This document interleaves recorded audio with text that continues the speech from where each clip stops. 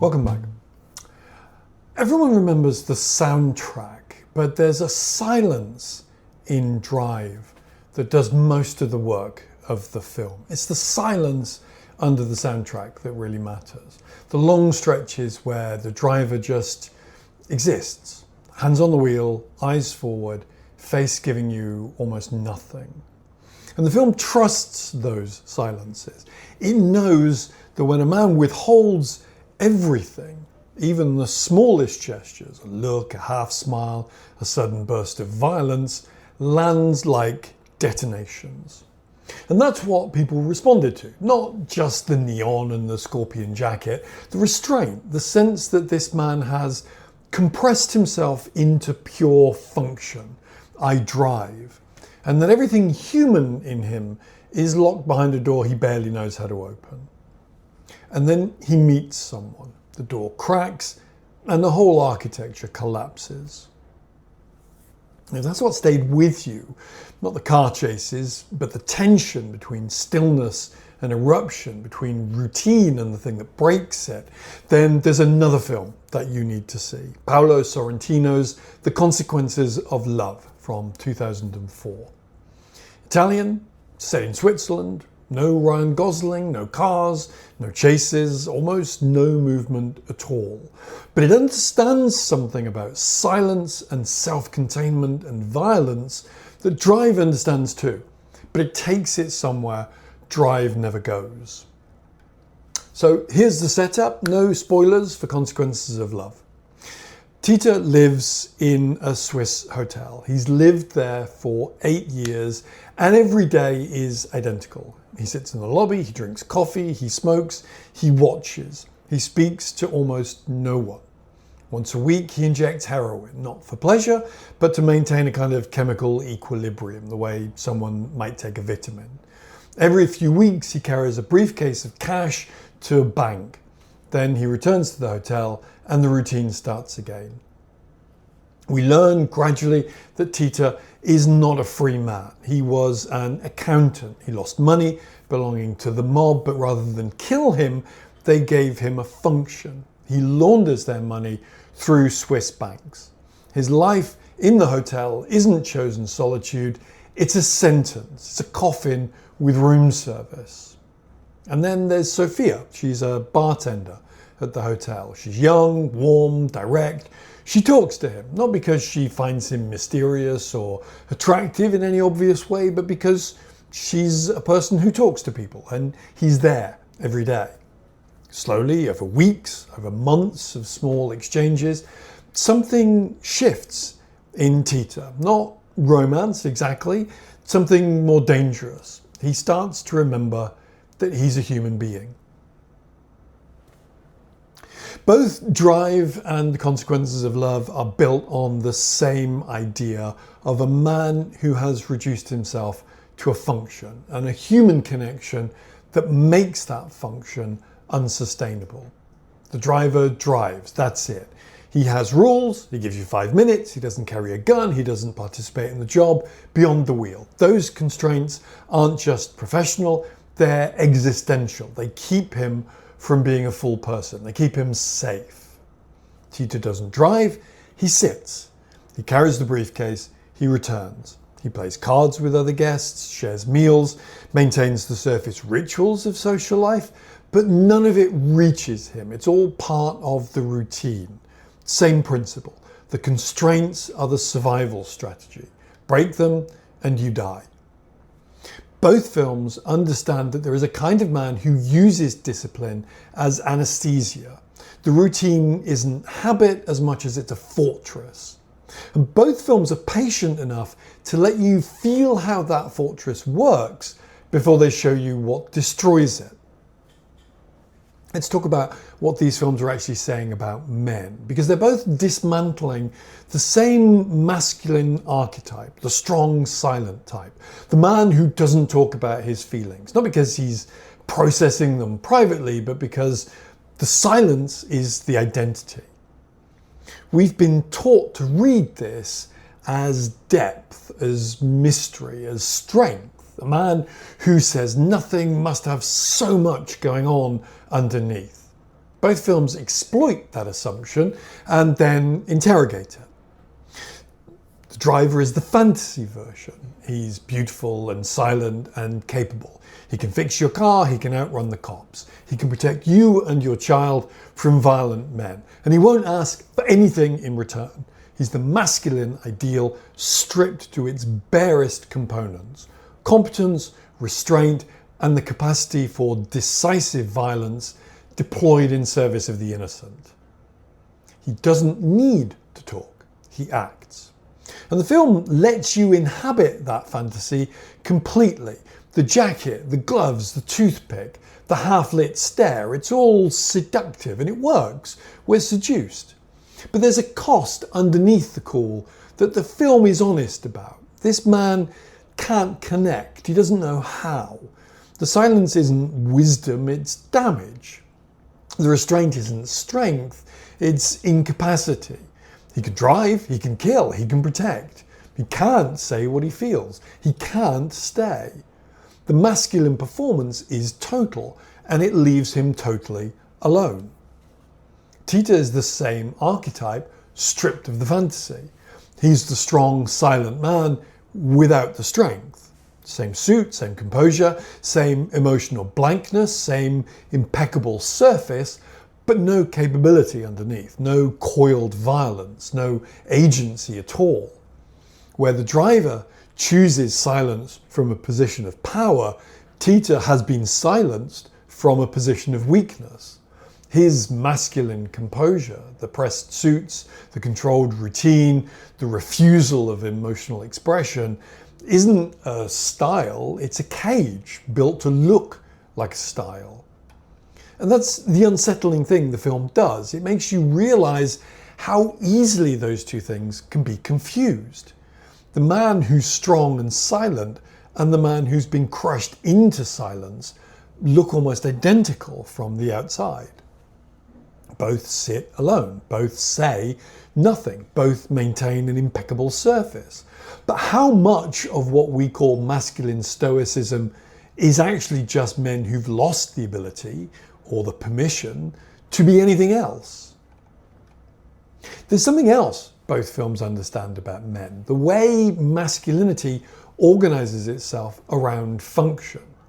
The driver doesn't have a name, he has a role, he drives. His identity and his utility are the same thing. And this is treated within the film's world as cool, as a kind of purity. Tito doesn't have a life, he has a function. Carry the money, deposit the money, return. The mob has reduced him to an instrument, a human delivery mechanism. And what's devastating is how easily masculinity accommodates this reduction. Tito doesn't collapse or rage against it. He puts on his suit. He maintains his routine. He performs composure because that's what men do. They function. They do the job. They don't ask what it's costing them. Both films suggest that men are particularly vulnerable to this, to accepting function as identity, to mistaking discipline for meaning, to building an entire life around doing and never once asking, feeling what? The driver doesn't know what he wants beyond driving. Tito doesn't know what he wants beyond not being killed. And neither of them registers this as a crisis until someone arrives who treats them like a human being rather than a function. That's what Irene does for the driver. That's what Sophia does for Tito. Not by demanding vulnerability, but simply by being present, being warm, being the kind of person who says, "How are you?" and actually waits for the answer. And both men discover, to their own surprise, that they don't have an answer. That they've been running on routine so long that the self underneath has atrophied. The function kept going, the man disappeared. In both films, the arrival of a woman doesn't create emotion where there was none. It reveals emotion that was buried so deep the protagonist had forgotten it existed. Watch Ryan Gosling's face in those early scenes with Irene. The micro expressions, the way he almost smiles, then catches himself. He's experiencing something he has no infrastructure for. Warmth, domesticity, something like joy, and he doesn't know where to put it. The masculine architecture has no room for this, so it just kind of leaks out at the edges. Watch Tony Servillo in the lobby scenes with Sophia. The tiny shifts, the way his coffee cup becomes a prop to justify sitting where she might speak to him. He's doing something he hasn't done in 8 years, wanting to be seen, and it terrifies him. Not because of the emotion itself, but because wanting anything at all in his situation is an act of unimaginable recklessness. Both films understand that for men who've built their identity around containment, simply wanting is transgressive. The feeling isn't the problem, the feeling is the threat. Because once you want something, the fortress doesn't work anymore. Once you care, the routine can't protect you. You've given the world something to take from you. Here's where the films split. Because Drive, for all its deconstruction, ultimately validates the masculine archetype. The driver's violence saves people. His sacrifice means something. His silence becomes noble. He can't stay. He can't be the man in the apartment with the woman and the child, but he can protect. And the film lets that be enough. It lets the myth hold. The lone figure drives into the night, wounded but still moving. And there's a romanticism to that image the film doesn't entirely resist. The Consequences of Love offers no such consolation. When Tita finally acts, when he breaks his routine and does something for the first time in 8 years that isn't dictated to him, the film doesn't reward him with competence. He's not suddenly capable. He's not suddenly the driver, coolly navigating violence with precision. He's a middle-aged accountant who has made a choice he cannot take back. And the world responds to that choice exactly as you would expect it to respond to a powerless man who challenges powerful men. The title tells you everything. Drive is named for capability, for what the man can do. The Consequences of Love is named for what happens to a man when he allows himself to feel.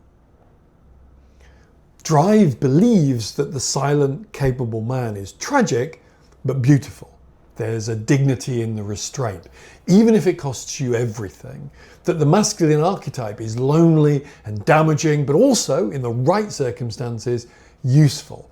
The driver suffers, but his suffering protects others. There's a transaction. It balances. The Consequences of Love believes something harsher.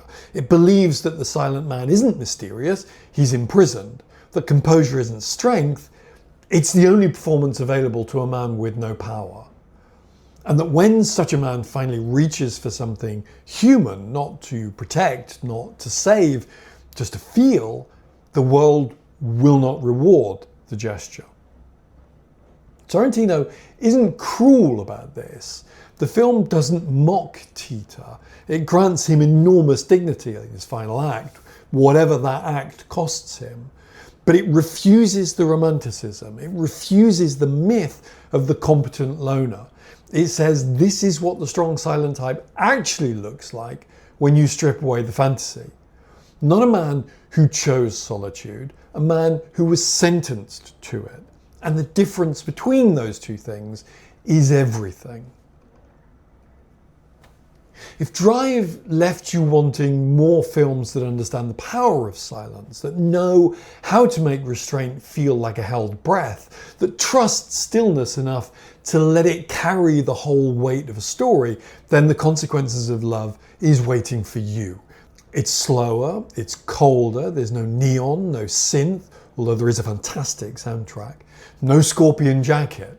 There's just a man in a hotel lobby, a cup of coffee, and 8 years of silence. And then a woman talks to him, and he remembers what it feels like to want something. And the film asks the question Drive never fully confronts. What happens to the strong, silent man when he isn't strong? When the silence isn't a choice? When the stillness isn't cool? It's just a life going unlived. Both films are about men who've turned themselves into instruments. Both films are about what happens when a human connection makes the instrument malfunction. But where Drive lets the myth survive, wounded, but beautiful, still driving, Sorrentino holds the myth up to the light and shows you all the places it breaks. Consequences of Love is one of the most quietly devastating films about masculinity you'll ever see. Not because it attacks men, because it sees them. It sees the performance, it sees the cost, and it refuses to call the cost beautiful. Enjoy the movie.